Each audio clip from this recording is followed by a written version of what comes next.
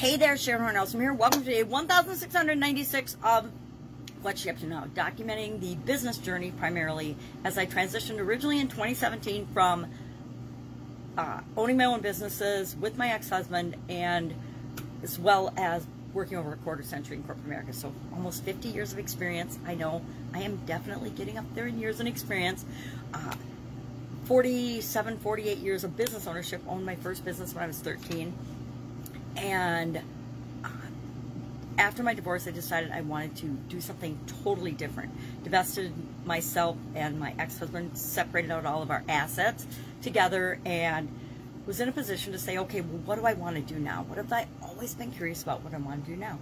And I'd always been curious about the online world, so I hopped online and started exploring and learning things. Some good, some bad, some ugly. Some worked out really well. Some were a nightmare, and I wish I had never gone down that road. But all in all, still here, still going strong, and sharing what I've learned, some of the lessons I've learned along the way, so that, and actually anything you ask, I will answer, because I want to make sure that I'm an open book and I share what has worked for me and what hasn't. And just because it hasn't worked for me doesn't mean it won't work for you, and doesn't mean it hasn't worked for a lot of other people. It just means it goes against who I am and how I want to show up in the world. So every day I share an idiom. This month, we're focusing on communication-related idioms in my Supersize Your Business group. And in that group, we talk about an idiom. What does it mean? Where does it come from? And how could we apply it to building and growing and supersizing our business?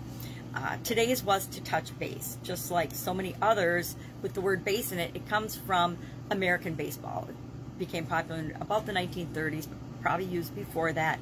But we all know that to touch base means to follow up, to check in with somebody, to find out what's going on. So I shared 15 plus different ways to touch base with someone without saying in your email, hey, I'm just touching base, or I just wanted to touch base. Because why? It's overused. People get sick of hearing the same thing over and over again. They know if you're contacting them usually for a reason, or to ask a question, or for help, etc. And it's usually not just to touch base. Although maybe it is just to check in on them. My sister, I am from a family of all girls, and I have my one sister calls me almost every day just to check in on me and touch base, which I totally appreciate. And I think that's important. We call to touch base with our family and our relatives and our friends on a periodic basis, unless we don't get along with them, and then we only see them for the mandatory requirements, funerals, weddings, holidays, etc. So I shared those different ways to touch base. I created a whole list. I got a whole list of my files. Built on a list from the internet, and then I added things of my own. And I would say, if I look at this list, I've probably done almost all of them in my many years in business. I've probably used them all, sometimes intentionally, sometimes inadvertently, with respect to growing and building and supersizing my business.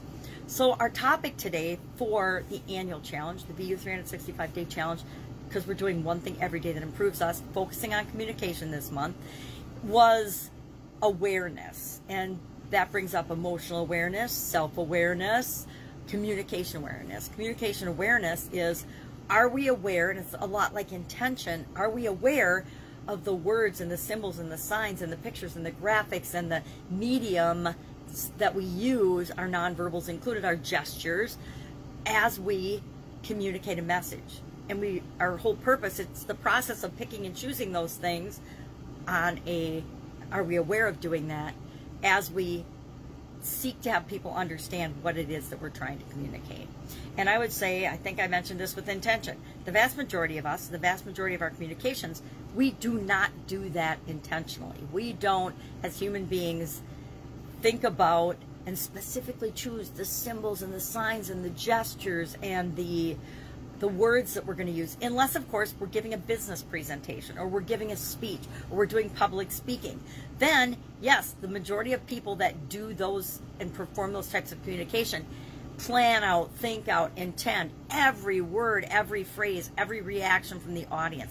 And then they practice and practice like a comedian. They practice over and over and over again, and they test out different ways of presenting information to see what gets the best result. In case of comedians, what gets the most laughs, what gets the biggest reaction. Same is true with public speakers. They present their material, or business people that are doing a sales presentation, present their material in a way that will get the response and the reaction that they want. They want people to buy their products and services, right? I do the same thing when I'm on a sales call. So I talked about that and different ways of communicating. And our exercise for that today is our Lifeline exercise, where we look at the main events in our life and what was our communication like during that time period or during that event. I found, and I just thought about a couple of events this morning, that when times are super challenging or stressful, I tend to shut the heck up and go inside to look for solutions and answers, meaning I'm not communicating with things and people and places outside of me very much during those challenging times. Same is true when and I guess this would be considered a challenging time, when I have a health event or a health challenge. I pretty much am not talking to anybody. I'm focusing on what needs to happen for me to get healthy again, to be okay. And I don't really talk to people about that, because I feel if I talk to people about things that are not working out, I create more of those things in my life. Is that true? It seems to be true for me, may or may not be true for you. So we're doing the Lifeline exercise with respect to communication and looking for awareness and learnings about ourselves in terms of how do we normally, or how in the past have we behaved with respect to communication, or how have we acted or not acted, how have we increased or decreased our communication during these different events in our life, and do we see if that, and do we believe that that's had an impact on how those events resolve themselves or not. So I love the Lifeline exercise. I think it's one of the best, most powerful exercises we can ever do. And I found this year that by breaking it down by the different areas and aspects of my life, it's even more powerful because I am becoming more self-aware. Yeah, when I say these words or act this way or treat my kids this way, this is the reaction I get. Is that the reaction I want? No, it's the opposite of the reaction I want. So maybe I need to change the way I'm saying things and the words I'm using and the tone of voice and things to get a different reaction, a different response. So, any questions, communication-related questions, supersizing, growing your business questions, hit me up today. Otherwise, I got stuff to do, and I'm going to go do it. I imagine you do too. Have an awesome day. I'll be with you tomorrow.